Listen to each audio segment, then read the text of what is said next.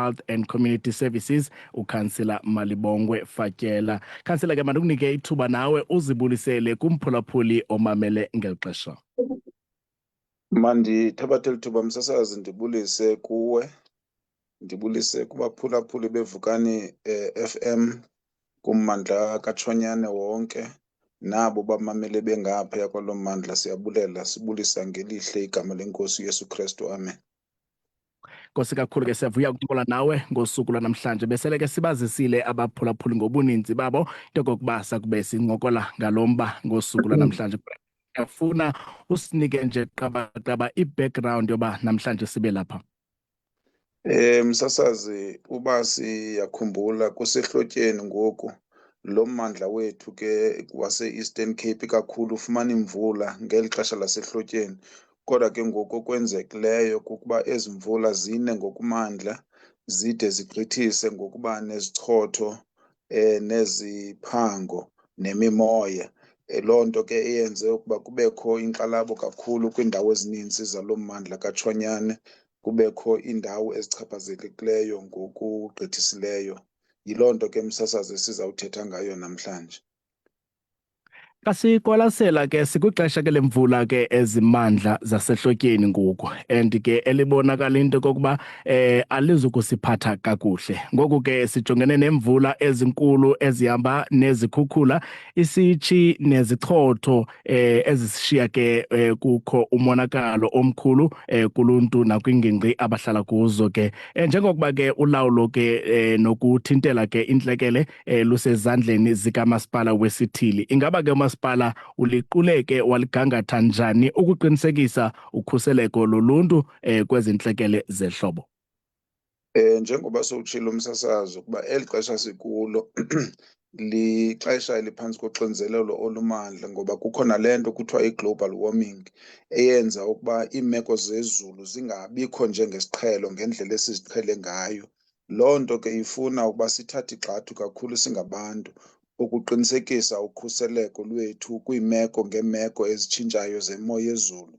Ngoku ngeli xesha sikulo, njengoba besilindele imvula zasehlotyeni, siyabona okokuba ezi mvula zifika ke ngoku iqondo eliphezulu kakhulu. Thina apha eChris Hani sine-disaster management forum yethu esisebenza ngayo, idibanisa iquka zonke i-stakeholders ezikhoyo kwakunye noomasipala. Loo nto ke yenza okokuba kube lula ukugqithisa ulwazi ne-information esiyifumanayo ngalo lonke ixesha. Sisebenzisana ke nazo zonke ii-local municipalities zontandathu ezilapha eChris Hani ukwenzela into yoba ulwazi lukwazi ukusondela kakhulu ebantwini. Kanti ke msasazi, nathi kwelethu icala sincedwa zizo zonke ii-institutions ezisemthethweni kweli cala lokujongwa kwemozulu, ngakumbi i-South African Weather Services ne-Provincial Disaster Management Centre. Iyasincedisa ke kakhulu ukucoordinator information efanele kokuba igqithiswe ebantwini. So yiloo nto ke msasazi esifuna ukutsho sithi abantu bangathi ngeli xesha basoloko bejongile xa kungathi kuzawubakho imvula, nangakumbi xa kuchaziwe nasezitivini okokuba imvula ziza kuna ngamandla, bazame ukuzikhusela, bakhusele nezinto abanazo apho bakwazi ukwenza njalo khona. Khansila ke uvakala ingathi sele zikhona iindawo eziye zachaphazeleka. Ingaba zeziphi iindawo ngoku esinokuzibalula sithi ziye zathwaxwa ke sisimo sezulu? Msasazi, kunjalo. Phakathi kwalaa mhla wokuqala kaFebruwari uzawutsho kumhla we-7 kaFebruwari sibe nazo kakhulu iindawo ezithe zachaphazeleka kule meko ke siyithethayo yemvula ezimandla, iimvula ezineziphango kwakunye nemimoya. Oomasipala ke baye bachaphazeleka kakhulu kwaba masipala bathandathu bethu balapha eChris Hani. Ngumasipala waseSakisizwe. Phaya eSakisizwe ke siyayazi okokuba umasipala lowa uneelokishi ezimbini okanye iidolophu ezimbini, iCala kwakunye neKhowa. Iwadi ke phaya iye yachaphazeleka ngokumandla msasazi nguWard 7, apho kuye kwana imvula ngamandla yazinemimoya emikhulu, kwanzakala okanye kwadameyijeka izindlu apho kwakunye neendlela. Amakhaya ke aye achaphazeleka phaya kulaa masipala okanye kulaa wadi yimizi ephaa kwi-14 msasazi ethe yachaphazeleka esinokuthi ke they were partially destroyed, azidilikanga kodwa ke ziye zachaphazeleka ngokuthi ke mhlawumbi zonakale ngendlela ukuwelwa ziroof njalo njalo msasazi. Okwesibini ke msasazi, kula masipala wasentsika yethu umasipala kwedibanisa iCofimvaba kwakunye neTsomo, nalapho kukho iiwadi ezintathu phaya msasazi ethe le nkxalabo yabetha ngamandla khona, uward 3, uward 4 kwakunye noward 6. Nalapho ezi mvula ziye zenza umonakalo omkhulu khona. Phantse msasazi umonakalo uyafana, konakele indlela, konakele ibhlorho, konakele amakhaya abantu. Phaya ke entsika yethu yimizi eli-15 ethe abantu bayo bonzakalelwa yimizi yabo kwimizi eli-15. So yiloo nantsika, yiloo ntlekele injalo ke yenzekileyo. Umasipala wesithathu ke msasazi ngulaa masipala kuthiwa yiDr AP Xuma, umasipala ke ohlanganisa iingcobo kwakunye neziphaluka zayo, iilali eziyingqungileyo. Uward 7 khona, uward 8, uward 9, uward 14, uward 15, noward 16, noward 17. Zezo wadi ke ezisixhenxe ezithe zachaphazeleka ngokwezintlekele ke zezimvula zimandla nemimoya. Nalapho msasazi konzakele amakhaya ayi-470 ngokuthi abe neentlekele ngeentlekele ezahlukeneyo kodwa zi-partially destroyed. Eziyi-46 zona msasazi zichaphazelekile ke ngokumandla, zizindlu ezidilikileyo ke zona poqo. So izindlu ke ngoku ezenzakeleyo apha abantu abonzakelelwe ngamakhaya ziyimizi eyi-516 phaya kulaa masipala wase-Dr AP Xuma. Nalapho kuye kwathi khona kwasweleka abantu ababini, ngoba khona apho kuye kwenzeka nemibane msasazi, kuye kwabetha izulu kwachanwa abantu ababini ngumbane basweleka kuloo masipala wase-Dr AP Xuma. Ukugqibela ke nowesine umasipala nalapho kwenzeke khona intlekele kwafanayo, izulu beliduduma nalapho kunetha ngamandla, kukho nemimoya, konzakele inantsika i-infrastructure nakhona njengoba naphaya eNgcobo ikwanjalo imeko, iindlela zikhukhulisekile, konakele kakhulu msasazi kwi-infrastructure yeendlela. Nasemalahleni ke msasazi kulaa masipala udibanisa iCacadu, iLadyfrere, udibanisa iDordrecht, udibanisa neIndwe. Phaya iiwadi ezichaphazekileyo msasazi kakhulu ngokumandla nguward 2 noward 14 phaya eCacadu kanye. Nalapho iimvula bezinetha ngamandla khona zinemdudumo nemibane kwakunye nemimoya engamandla. Konakele apho amakhaya ayi-36 athe achaphazeleka ke kuloo nto. Umntu omnye omdala ongumama uye wafumana ukonzakala, wayophelela esibhedlele. Nalapho ke konzakele njengoba besesithilo msasazi, konakele kakhulu indlela, konakele kakhulu ke inantsika infrastructure lena yasezindleleni. Kuzo zonke ke ezi zinto msasazi ndizibalayo lukhona ungenelelo olwenziwayo ngamasebe karhulumente njenge-Department of Transport, i-Department of Roads and Public Works. Bayazama ke ukujongana nalo mbandela ke udibanisa iindlela neebhlorho ezichaphazelekileyo. So bayile ke nabo phaya on the ground ukuya kukhangela izinga lomonakalo, njengoba nathi siyiChris Hani District Municipality siye sathi bhazalala kubo bobane aba masipala, saqokelela le datha endikunika yona apha, sizama ukukhangela izinga lale ntlekelo okokuba lingakanani na. Silufumene uncedo ke msasazi nakwezinye ii-departments ezifana no-social development, bayangenelela nabo ukuzama ukunceda abantu ngokwasemoyeni nangokwasempilweni nangokwasenyameni msasazi. Siyalufumana uncedo nakwi-department yasemapoliseni, South African Police Services, bayanceda kakhulu. U-Eskom naye uyazama phaya kulaa mhlaba ngakumbi waseCacadu, eLadyfrere. Kubekho kakhulu ukuchaphazeleka kwe-infrastructure lena yombane. So usazama ku-Eskom ukuzama ukubuyisela izinto endaweni yazo, ngoba abantu bahleli iintsuku ezininzi bengenambane phaya. So zezi zinto ke sinqwenela okokuba abantu ngaske bafumane ulwazi olupheleleyo lokuthi kwenzeke ntoni na. Ii-departments ke ziyancedisa nalena ke yakwa-Health Department kwicala le-ambulances, u-EMS uyancedisa xa kukho inantsika intlekele echaphazela imiphefumlo yabantu. So sifuna khupha ilizwi lombulelo ke nelenkuthazo ngakumbi ke kule mibutho nakwezi department endizibalayo esincedisanayo kunye nazo ukuncedisa abantu ngexesha lentlekele. Sitsho sincome noomasipala bethu msasazi, ngoba naba masipala ndibabalileyo basebenze ngokumandla kakhulu ukwenza ushow ukuthi abantu abekho kwimeko ezinokubachaphazela ngokumandla ngaphezu kwale ntlekele ke seyibehlele. So sithi ke msasazi, ngaloo mazwi sivakalisa uvelo nolunzulu ngakumbi kula makhaya athe ashiywa zizihlobo zabo nezalamane zabo, nabo bathi bonakalelwa zizinto zabo bebengalindelanga. Siyafuna ukutsho ukuthi lo masipala uthatha ithuba lokuthi kubo ngxe akuhlanga lungehlanga.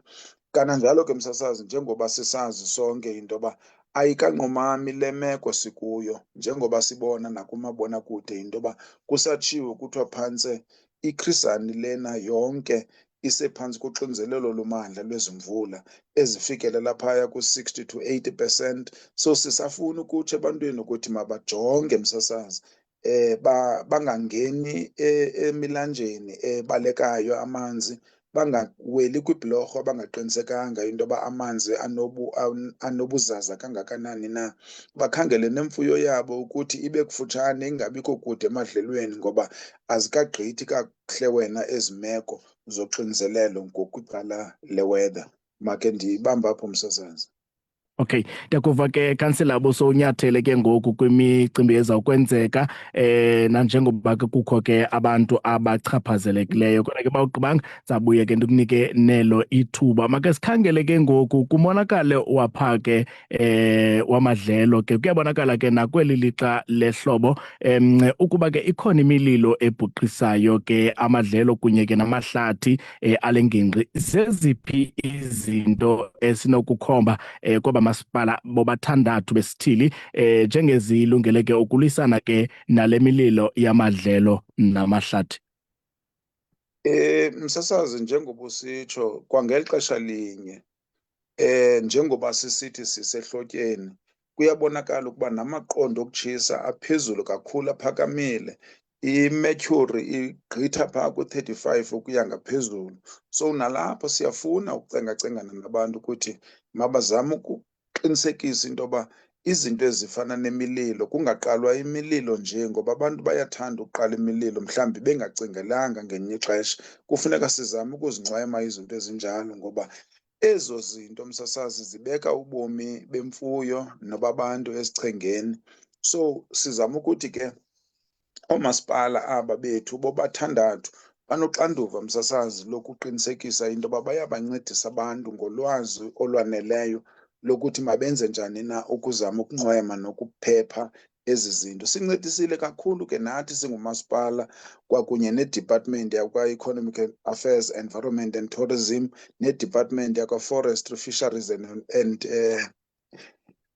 Environment, u-DFFE no-DEAT. Sizamile kakhulu msasazi ukwenza ungenelelo ngokuthi sinike abantu izixhobo besibaphila abantu ezazixhobo kuthiwa zii-fire beaters. Sabanika abantu ii-gloves, sabanika ii-goggles, sibanikela into yoba ze kuthi ngexesha elifana neli bakwazi ukwenza unako ukuba imililo ingabikho ngamandla.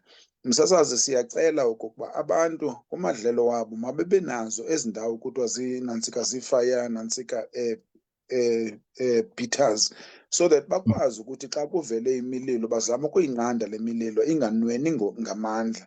Xa imililo imikhulu bebona ukuthi nabo bangathathi mathuba, bazame ukuqinisekisa into yoba iiofisi zethu zoomasipala ezikufutshane kubo ziyaxelelwa ukwenzela uba bakwazi ukucela uncedo lokuba bazokucinyelwa imililo.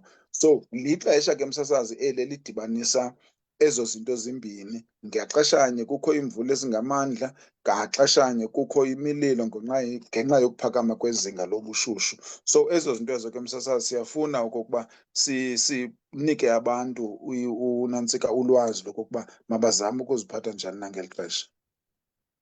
Kansila, xa siqukumbela ukuba khange ke ibe kwela mcimbi besuwuphethe sisithi ngaba ke umasipala wenzani yena kujongana nabantu abathe ke bonakalelwa kwakunye neziseko ngasele ke ufumane lo thuba lokugqibezela unyathele apho ugxininise sele ke usenza ke namazwi wokugqibela siyivale khansila ngosuku lwanamhlanje xa uyiqukumbela uzawunika ke abaphulaphuli ke xa kuthe kwakho ke intlekele abantu bangatsalela umnxeba njani na. Yes, msasazi, masitsho ke kananjalo kokuba njengoba thina singumasipala siye sidibane nee-departments ezifanelekileyo, i-department yakwa-COGTA, i-department yakwa-agriculture nezinye ke ii-departments, ukwenzela into yoba xa kukho isimo sentlekele zizo ezi department eziye zidibane kwakunye noomasipala kuboniswane ngezinga lentlekele. So okwangoku ke msasazi siyafuna ukutsho le meko sikuyo apha eChris Hani ayikadeklerwa officially as a state of disaster. So iyawuthi ke xa inoba idekleriwe sikwazi ke ukubazisa abantu ukuthi le meko bazibona bekuyo nyhani ngokwasemthethweni yi-disaster.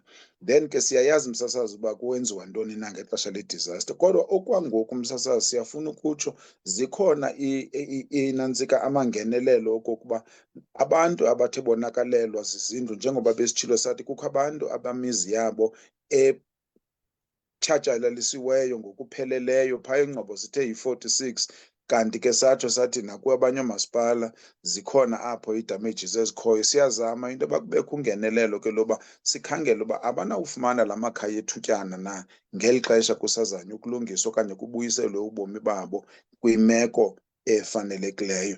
Kananjalo ke no-Eskom uyacela kwelakhe icala into yoba abantu iintambo zombane apho zithe mhlawumbi kwaqhawuka khona bazitrite njengeentambo ezinobungozi ukwenzela uba bangasondeli kuzo de ezo ntambo zibe ziqoqoshiwe ngu-Eskom. So siyafuna ke ukuba abantu babe nalo olo lwazi lunjalo. Kananjalo ke msasazi, abantu xa kuthe kwabakho intlekele noba ingakanani na mabayitsalele le nambara yethu ingahlawulelwayo engu-0800 00 0800 100 100 0800 100 100 yinambara yethu ke leyo msasazi engahlawulelwayo ekuya kuthi ke ngoku khona amagosa lawo abekwe apho kwi-call center awufumana akwazi ukugqithisela into yoba kukhawuleze kusondezwe uncedo olufanelekileyo kuloo ndawo kukho kuyo intlekele. Mandibulele ke msasazi ngeli thuba othe wasipha lona singumasipala waseChris Hani okokuba sikwazi ukutsho ebantwini ukuthi sivile kwaye siyile sayokujonga sayokuhlola.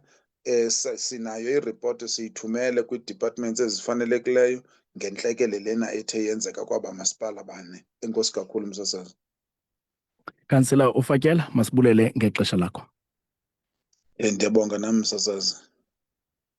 Alright, mphulaphuli besincokola ke naye ke MMMC for Municipal Health and Community Services uKhansela Malibongwe Fatyela ngemeko ke yesimo sezulu esidaleke umonakalo komasipala besi isithili wanika ithemba echaza into kokuba